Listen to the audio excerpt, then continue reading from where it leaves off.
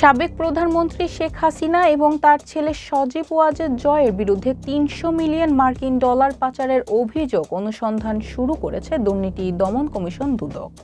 রোববার দুদকের প্রধান কার্যালয়ে থেকে এমন খবর নিশ্চিত করা হয়েছে।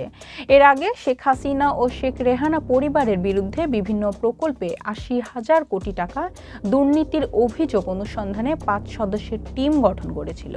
ওই টিমকেই পাচারের শেষ অভিযোগ অনুসন্ধানের জন্য নির্দেশনা দিয়েছে কমিশন। অভিযোগে বলা হয়েছে, আমেরিকার গোয়েন্দা সংস্থা FBI সম্প্রতি সাবেক প্রধানমন্ত্রী শেখ হাসিনা এবং তার ছেলে সজীব ওয়াজেদ জয় বিষয়ে প্রাথমিক তদন্ত করে। ২০১৪ সালে মার্কিন যুক্তরাষ্ট্রের বনাম রিজভী আহমেদ মামলার প্রধানমন্ত্রী শেখ হাসিনার ছেলে সজীব ওয়াজেদ জয়ের নাম প্রথম নজরে আসে। FBI তদন্তে সজীব ওয়াজেদ জয় গুরুতর আর্থিক কেলেঙ্কারির বিষয়টি উন্মোচিত হয়। বিশেষ করে তার নামে থাকা হংকং এবং কেমান আইল্যান্ডের বিভিন্ন ব্যাংক হিসাব থেকে স্থানীয় একটি মানি এক্সচেঞ্জের মাধ্যমে ওয়াশিংটন ডিসি, নিউ ইয়র্ক এবং লন্ডনের বিভিন্ন ব্যাংক হিসাবে টাকা পাচারের তথ্য উঠে এসেছে। FBI তদন্তে লন্ডনের প্রতিনিধির মাধ্যমে বিষয়টি নিশ্চিত করেছে এবং প্রমাণ পেয়েছে যে সেখানে গুরুতর আর্থিক অনিয়ম এবং মানি লন্ডারিংয়ের অপরাধ সংঘটিত হয়েছে।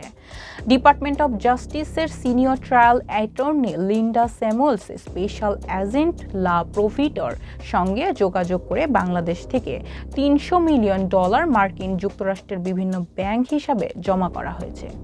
গত ১৫ ডিসেম্বর ছাত্র জনতার গণ অভ্যুত্থানে ক্ষমতাচ্যুত প্রধানমন্ত্রী শেখ হাসিনা তার ছেলে সজীব ওয়াজেদ জয় ও ভাগ্নি টিউলিপ সিদ্দিকের মালয়েশিয়ার ব্যাংকের মাধ্যমে রূপপুর পারমাণবিক বিদ্যুৎ কেন্দ্র থেকে ৫ বিলিয়ন বা ৫০০ কোটি ডলার, যা বাংলাদেশি মুদ্রায় ৬০,০০০ কোটি টাকা লোপাটের অভিযোগ অনুসন্ধানে দুদকের নিষ্ক্রিয়তা কেন অবৈধ ঘোষণা করা হবে না তা জানতে চেয়ে রুল জারি করেছেন হাইকোর্ট।